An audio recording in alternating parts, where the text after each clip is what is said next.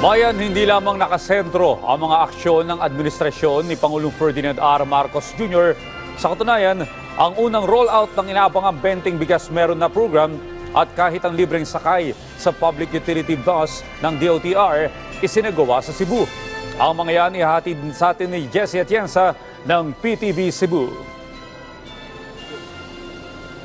Audrey, live ako ngayon dito sa Cebu sa tapat mismo ng Cebu Provincial Government Capital kung saan yung mga kababayan nating Cebuano ay sabik na ring mapakinggan ang ika-4 na State of the Nation Address ni Pangulong Ferdinand R. Marcos Jr.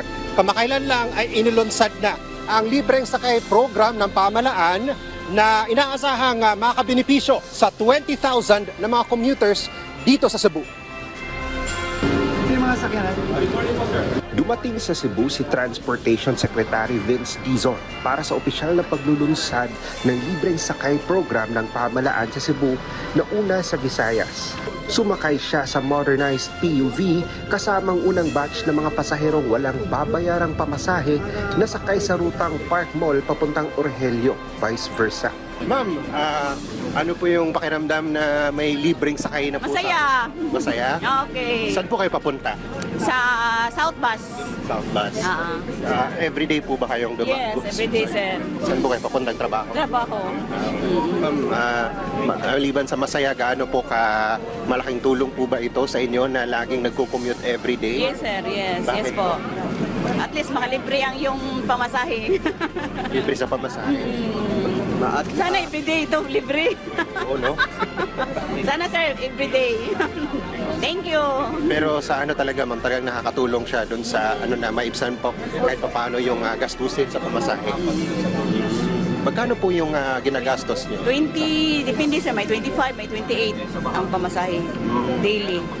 Everyday. At least kung may libreng sakay. At least mabawasan ng konti. Sige. Ayon sa Department of Transportation, mahigit 100 modernized PUVs ang kanilang kinontrata para sa libreng sakay sa Cebu. Malaking tulong lalo na sa mga estudyante at mga empleyado. Dito, no, for 5 days school days, 20 pesos per day ang kanilang one way, ang kanilang so 40 pesos per day.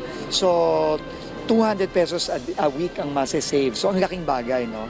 Pati na rin dun sa ating mga workers. So if we can provide this libreng sakay dito sa Cebu and other areas throughout the country, malaking bagay yon for our workers, for our students, no. So the President really wants to help our people just get by on a daily basis. Tiniyak naman ng kalihim bagamat peak hours lamang maaaring ma-avail ng mga commuters sa ngayon ang libreng sakay program.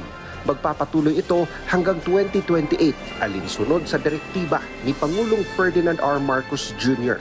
Lahat ng sasakay between 6 a.m. to 9 a.m. in the morning and 5 to 8 p.m. in the afternoon. Kasama ang weekends and holidays. So, talagang this is a tulong na malaki to from our President to the people of Cebu, and we will just keep on expanding this, no, as much as we can. Pinag-aaralan na rin ng DOTR kasamang LTFRB na isama na rin ang ibang ruta sa mga karatig lungsod kung saan maraming commuters pa ang makikinabang sa libreng sakay program na handog ng pamahalaan. Maliban sa pagbibigay ng tulong sa mga commuters sa Cebu, Mayo 1 nang unang inilunsad ang Benting Bigas Meron Na rice program ni Pangulong Ferdinand R. Marcos Jr. sa Cebu.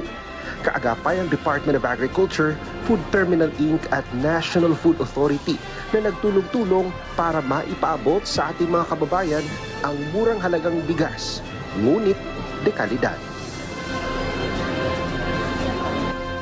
Audrey, yung Benting Bigas Meron Na rice program ni Pangulong Ferdinand R. Marcos Jr.